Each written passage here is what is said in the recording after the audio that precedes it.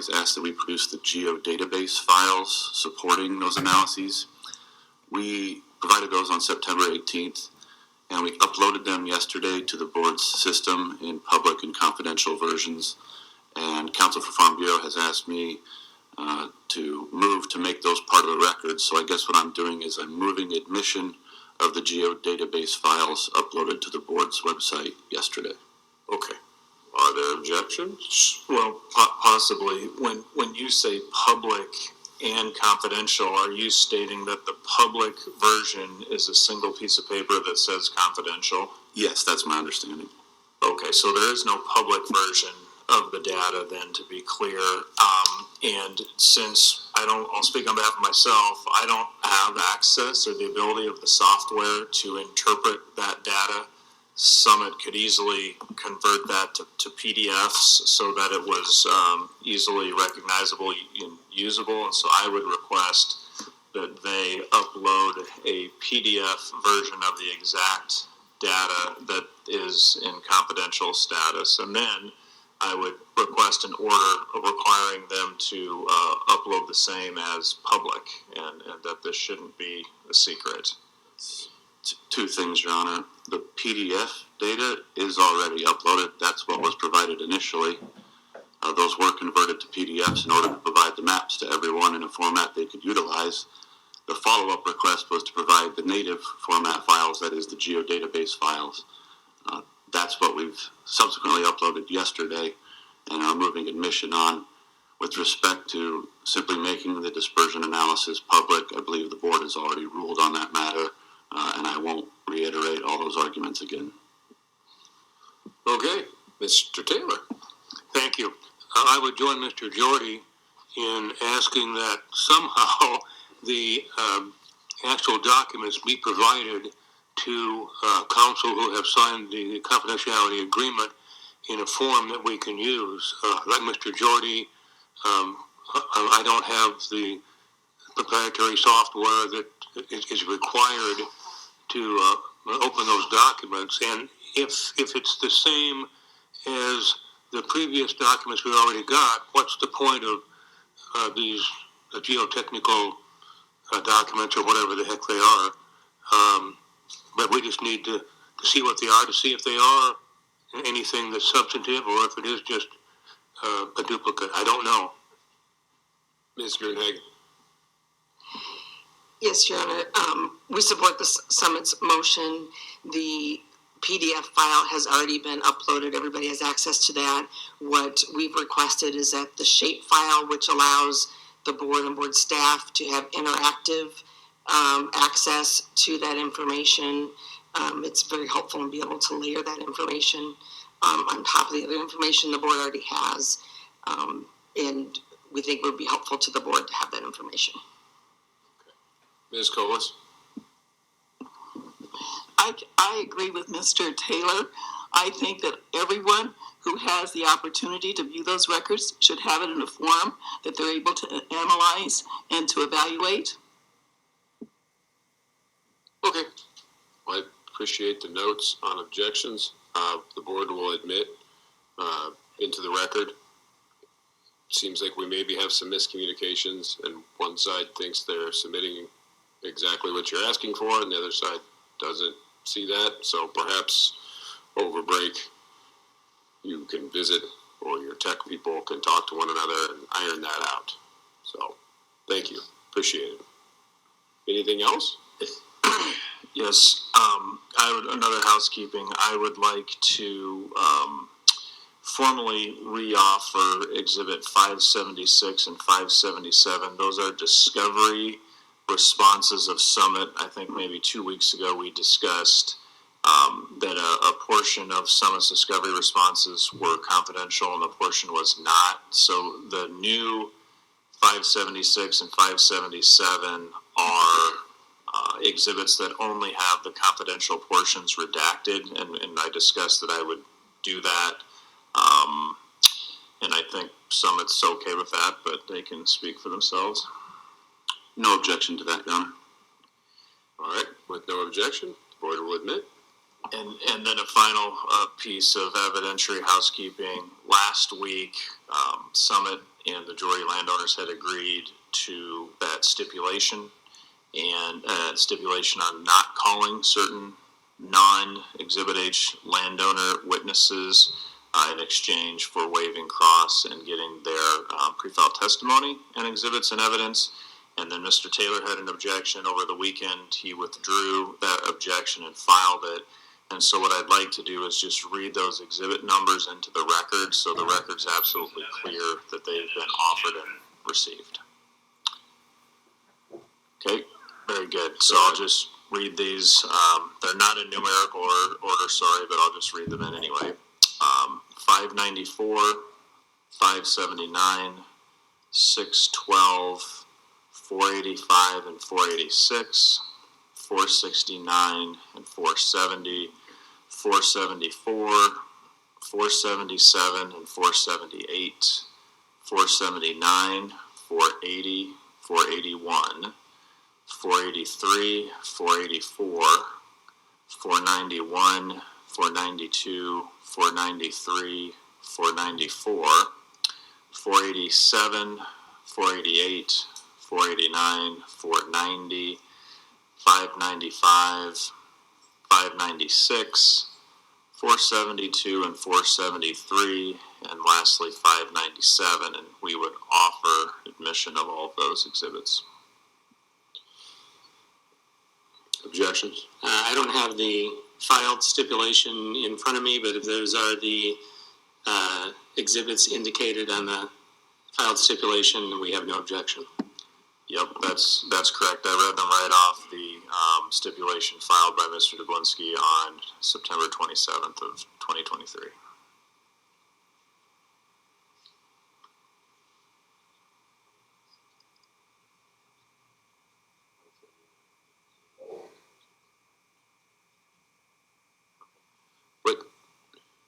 Was 579 on your list?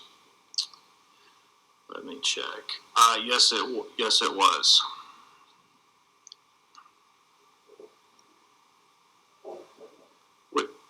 I think we've pulled that up before. I don't know if I previously offered it. I know we looked at a page or two of it previously.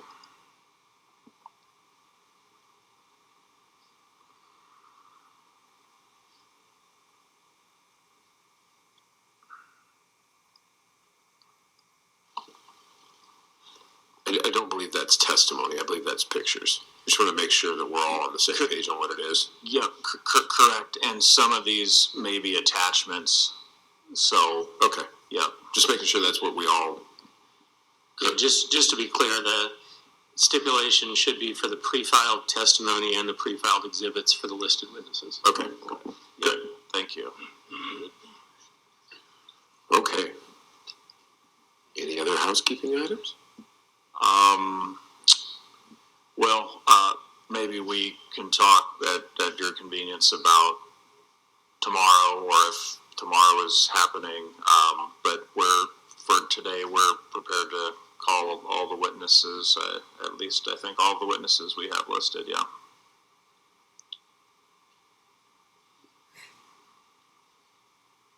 don't think so. Just to clarify, I'm not 100% sure. Let's just make sure. Circle back to the exhibits. Okay. The board will admit all of those. Just to make sure we did that correctly. So, all of the pre-filed testimony and exhibits previously listed by Mr. Jorde are admitted by the board. So, and yes, we can circle up. Okay. Ready? Ready.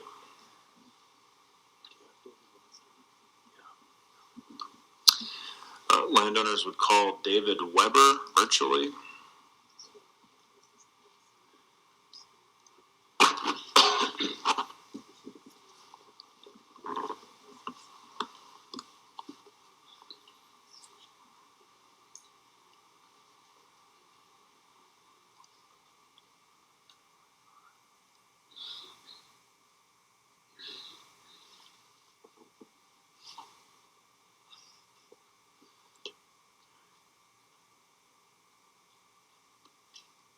Good morning, Mr. Weber. Can you hear me okay? So, yeah. It's a little difficult to hear you. If you can move a little closer to the mic or speak up. Yep, better. Okay. Thank you. And everyone behind me is going to want to know what color tractor you're in. Orange. Orange? There you go. That's better. On the rain, it'd been a red combine. We got a board member that likes red and a staff member that likes green, but I'm an orange guy, so good for you. Okay, can you go ahead and raise your right hand? Do you swear or affirm the testimony you're about to provide is true and accurate? Yes, Thank you. I do. Mr. Jorde? Yes, thank you. Please state your name. David Weber. And Mr. Weber, I noticed you might be sitting in our most interesting position. It appears you're on a piece of a tractor out in the field. Is that right? Getting ready to, yeah. Yes. Okay, very good. And you are a landowner that owns 2 parcels in Palo Alto County that are being targeted by the Summit proposed hazardous pipeline. Is that right? Correct.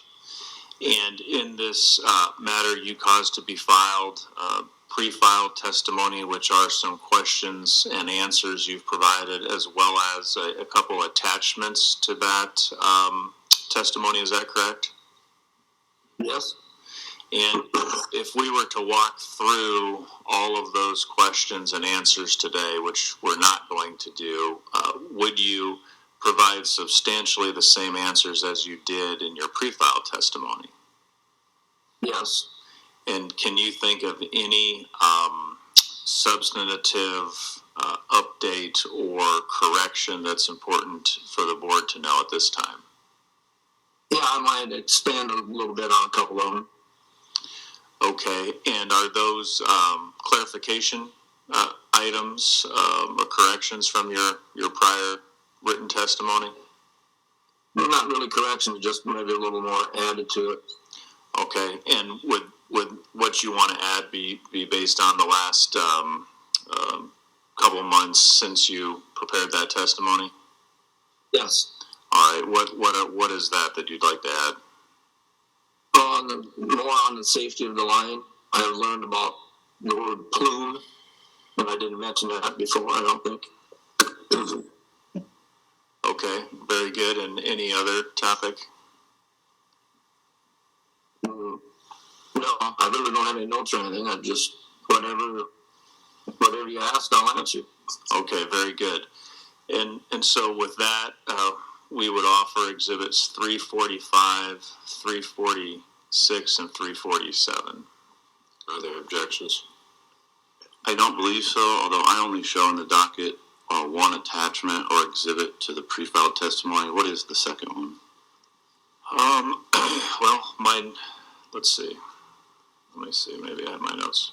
No, you're right. He only has one attachment, which is the, pardon me, the map of the route. So that's correct, 345 and 346. No objection. The board will admit. All right, thank you. And so, sir, at this point, I'm going to turn you over for cross-examination, and some other individuals are going to ask you questions, okay? All right, thank you. Hold on, Mr. Taylor. Ms. Grunhagen might have beat you to the punch. Nope, false alarm. You're up. Causing troubles. Thank you. Mr. Weber, I'm Wally Taylor. I represent the Sierra Club. And do you see the map that's on the screen? Yes, I do. Okay. Does that correctly show your 2 parcels? Yes. Okay. First of all, let me ask you, do you know why that white line that you see toward the bottom of your parcels is Summit's proposed pipeline route? Do you know why they went south of your parcels for most of the first parcel on the east, and then jogged up and went across your west parcel rather than just stay south of your land altogether? No, I don't. And the first map I saw, it just crossed my southwest corner of the thought. They've changed it from the original map I saw. Did you ever talk to any Summit land agent or Summit representative about the route? Yes. Changed by their engineers, etc. Did they, I didn't detail. I mean, they didn't seem to know. okay. Sorry. When was the first time, if you recall, that you talked to a Summit land agent or Summit representative? First time I talked to a Summit rep was in Emmitsburg a couple years ago at an IUB hearing. Is that the initial informational meeting they call it? Yes, yes. Okay. And, I got to interject. I left very unhappy from that meeting okay, why? because I asked what I thought was a simple yes or no question. I said, can this pipeline be used for anything else? And some attorney got up and said, it's not a yes or no question. And please tell me why it is not. Okay. That, or somebody from Summit tell me why it is not a yes or no question. What did you have in mind when you asked that question? I want to know if it could be used for anything else. Like what? Yeah, nuclear waste, I don't care. My big concern is water. I think someday some company's going to come in and take water from our state. And that is what I totally oppose.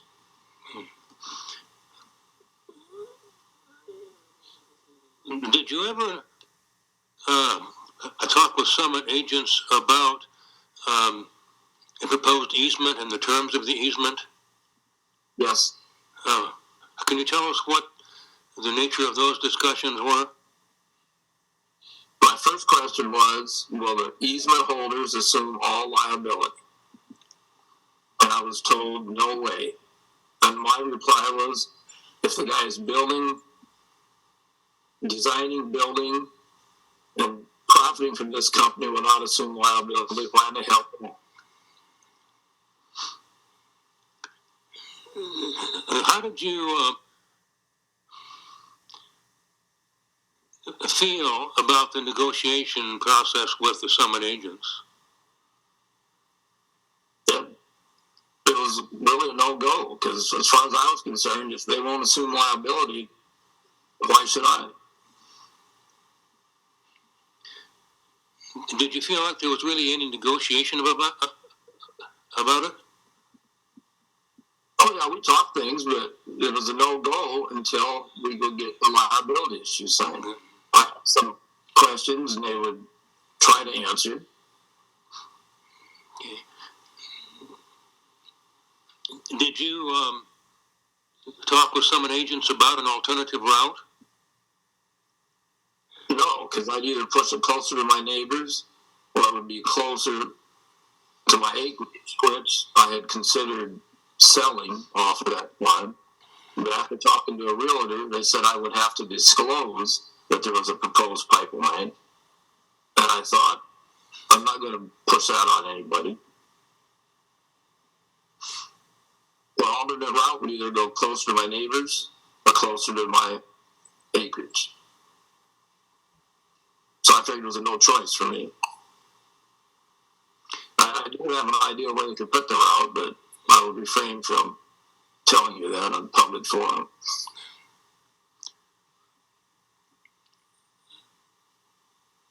It looks like from the map that on the east edge of your property, just north of the pipeline route, there are some structures.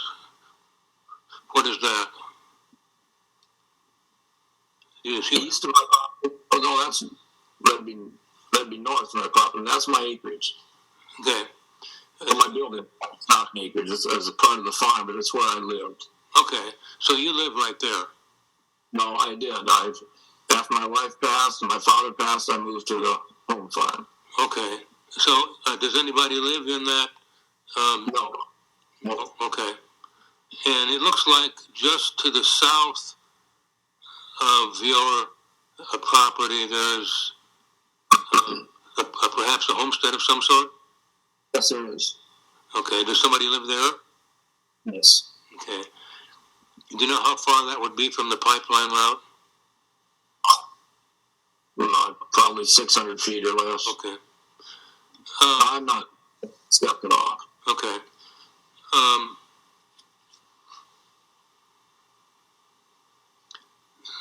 Does the safety of the pipeline concern you? Very much so.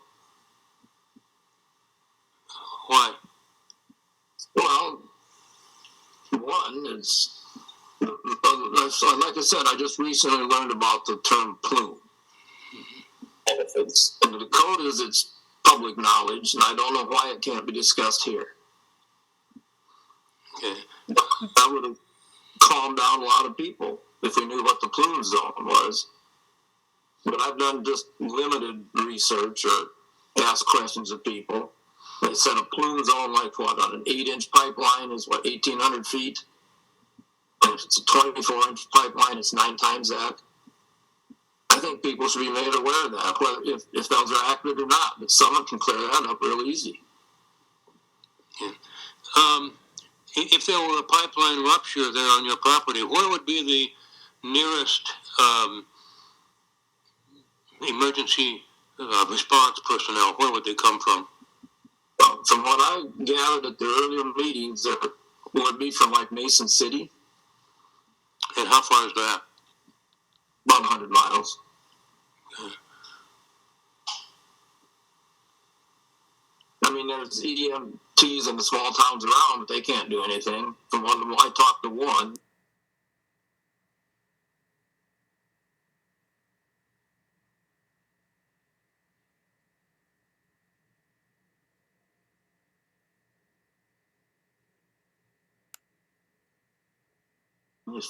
It was accurate. They just keep people away from the area, but they don't know what the area is. Yeah, okay. Did you go to some meetings involving the safety issues? Yeah, I went to one in another county. I heard them talk. And so what I happened? get a supervisor meeting, and I heard people from Summit talking. Okay. I didn't hear any real answers.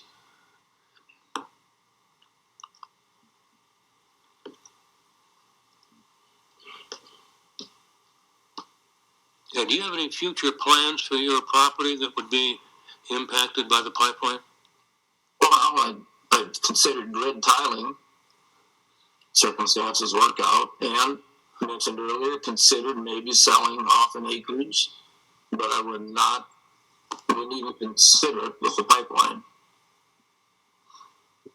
You mean selling acreages for housing? Yes, I'm about a mile from Silver Lake.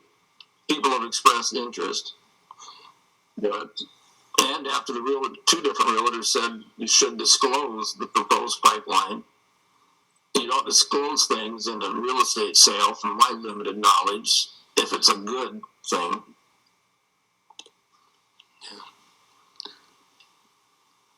When was the last time you had any conversation with any agent from Summit?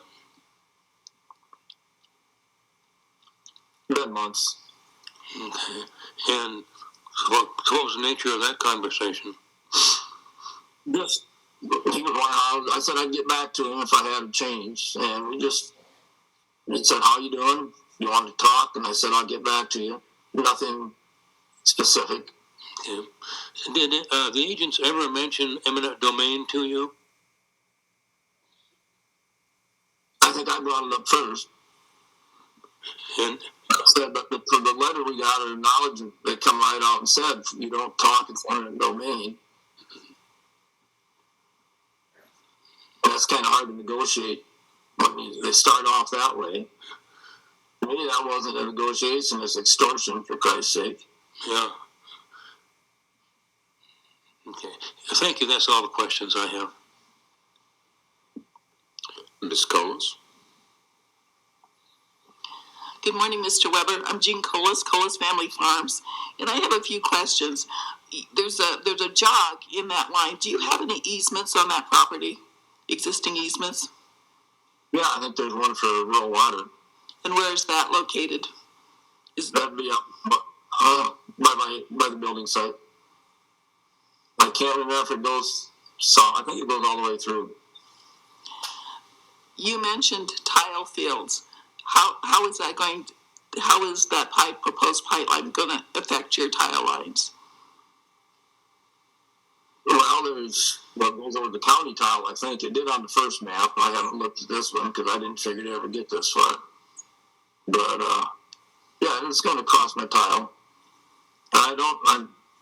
It was done a few years ago before all the GPS and stuff, so I don't have accurate maps. But there's several laterals and stuff that have been run through there in the last 20 years. You mentioned safety concerns. Are there some specific topographical areas in your farm that you have concern with the pipeline being installed there? The whole thing. You know, so I can learn what the plume zone is. I don't want it. I don't want to subject my neighbors to a risk. Or myself, for that matter. Could you please measure how far his neighbors are from the proposed line, please, so we have an exact measurement? I never have, no. But it's, well, I guess you guys can do it online, right? Yes, they can.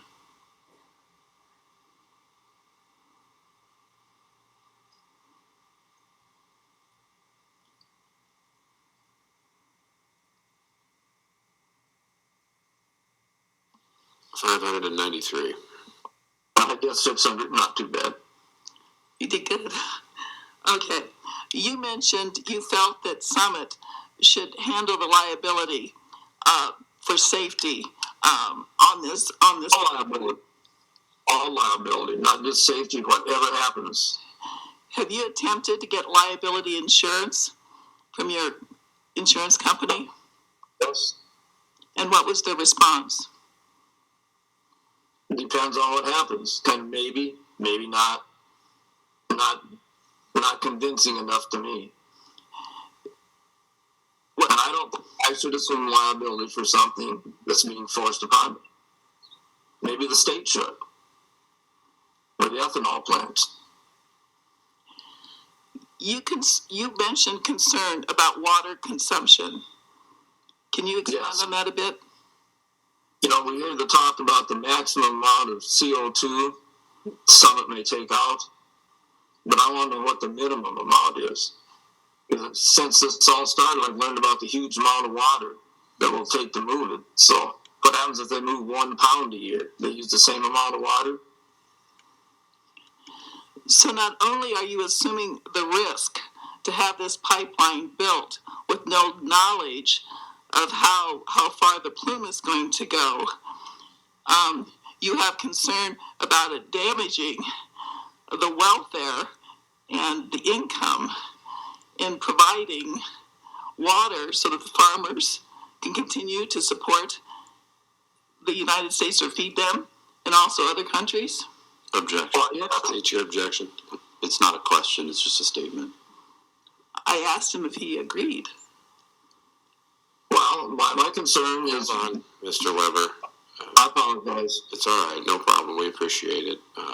Ms. Cole's try to tighten down our cross-examination, try to rephrase that and stick to fleshing out his pre-filed testimony.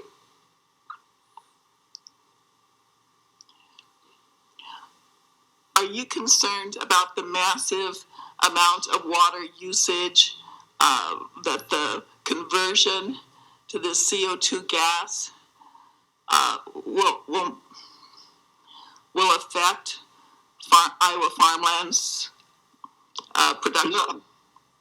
Yes, not only our farmlands, but our towns. A lot of towns and stuff, everybody gets water from an aquifer.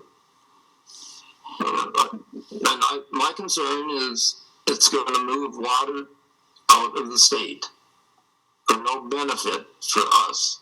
Not just the farmers, not just me, for the state. Someday, somebody's going to come in here if we dick around with this Fifth Amendment and somebody chips away at it. They can use it for whatever they want, to move anything they want. This is not just about the pipeline, my stance against this. It's about tearing up the eminent domain amendment. It's supposed to be for personal property. And another question I have is, what is personal property? Just my land? The damn arm, or what? Where does it stop? Once you start chipping away at this, I just don't understand how only two people can have the power to circumvent the Constitution. My thought is this is where the governor of New Mexico got an idea to go around the Second Amendment. So you're very, very concerned that this pipeline is proposed to benefit for a private company only and not for the landowners? Yeah, eminent domain for private gain is wrong. I don't care how you word it. Are you aware that several congressmen have currently written a letter to President Biden stating there should be a moratorium on construction of this pipeline until the PHMSA has issued new guidelines on building it? Yes, for the safety, and I won't go on here. I'll say yes, I'm aware of it.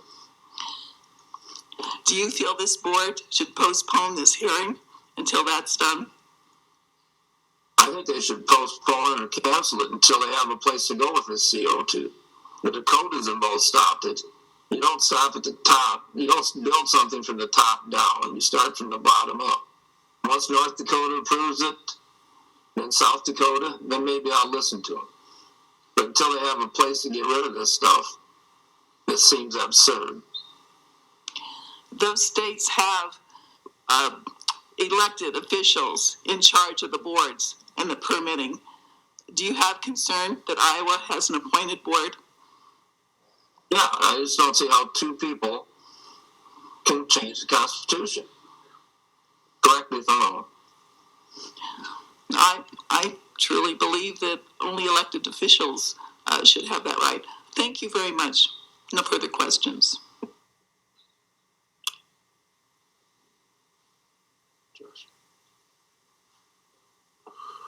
Okay, if there are no further questions from the parties or the board, Mr. Jorde for redirect. Thank you. Mr. Rubber, Brian Jorde here, going to ask you some follow-up questions, okay? On the KMZ map you have on your screen there, the property owner immediately south of you, your neighbor, who is that? That lives in the acreage or owns the property. There's two different individuals. Thank you for that clarification. Who owns the property? Edward Noonan. And do you know if Mr. Noonan has signed an easement? I have not talked to him about it. Okay. And then the property immediately south of your westernmost parcel, is that also Mr. Noonan? No. Who is that? Paul Swanson. Okay, do you know if Mr. Swanson is opposed to this project? Very adamantly. Okay, very good. And so I know you probably had some choice words for a reroute or lack thereof, but again, have you been given, whether in writing or verbally, any reason why there are now more proposed footage of hazardous pipeline on your land than initially proposed? No. Okay. And you said right now on your building site there is a home where you used to live. You're not presently living there, but is it fair to say you could rent that out for income if you wanted to, and if this pipeline wasn't proposed for that location? The house no longer stands. That's why I've considered selling it as an acreage for somebody to build. Okay, and you had said you had interest. It wasn't just theoretical. No, a couple people have said, would you ever sell? Okay, but your testimony is you wouldn't sell and you'd forego that economic gain to yourself if this proposed hazardous pipeline is located on or near your property. Yeah, life isn't all about money. You gotta have a little self-respect, and I wouldn't dump that on anybody. You mentioned you're concerned about liability and conversations with your insurance agent. Would you agree from your perspective, a person who has to invest in the land, invest in equipment, that if you're insuring a risk, the answer can't be, well, maybe we'll cover you, maybe we won't. That's not acceptable, is it? No. And I don't blame them because they don't know what's going on either. You know, I didn't talk to the company, but they don't know anything about the plume or the safety of this pipeline, the construction. And why do you believe that this plume data, the risk analysis, the hazard distances, why do you believe that's that Summit's keeping that such a secret? Well, if it was better than the Dakotas, I would think they would tell us. And then you said you live, or your land there is a mile from Silver Lake, so you're also concerned about the town and the potential effect on the town? Oh, yeah. There's a housing development there, several houses. Yeah, I don't care who lives where. It's for everybody along the whole route, not just my line. You had referenced the Fifth Amendment, and by that reference, was that to the Fifth Amendment to the U.S. Constitution that deals with land may be taken, but only for public use and with just compensation paid? Yes. All right. And do you see any public use in this potential taking of your property rights? No. And then you also mentioned why that decision could be made by two people. Are you referencing a 2-to-1 or a simple majority of the Iowa Utility Board members have your fate in their hands? Yeah. Just 2 members of the board is all it takes.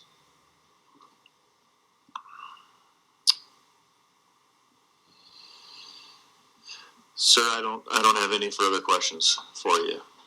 Thank you. Thank you, Mr. Weber. You're excused. We appreciate it. Okay. Mr. Jorde, next witness.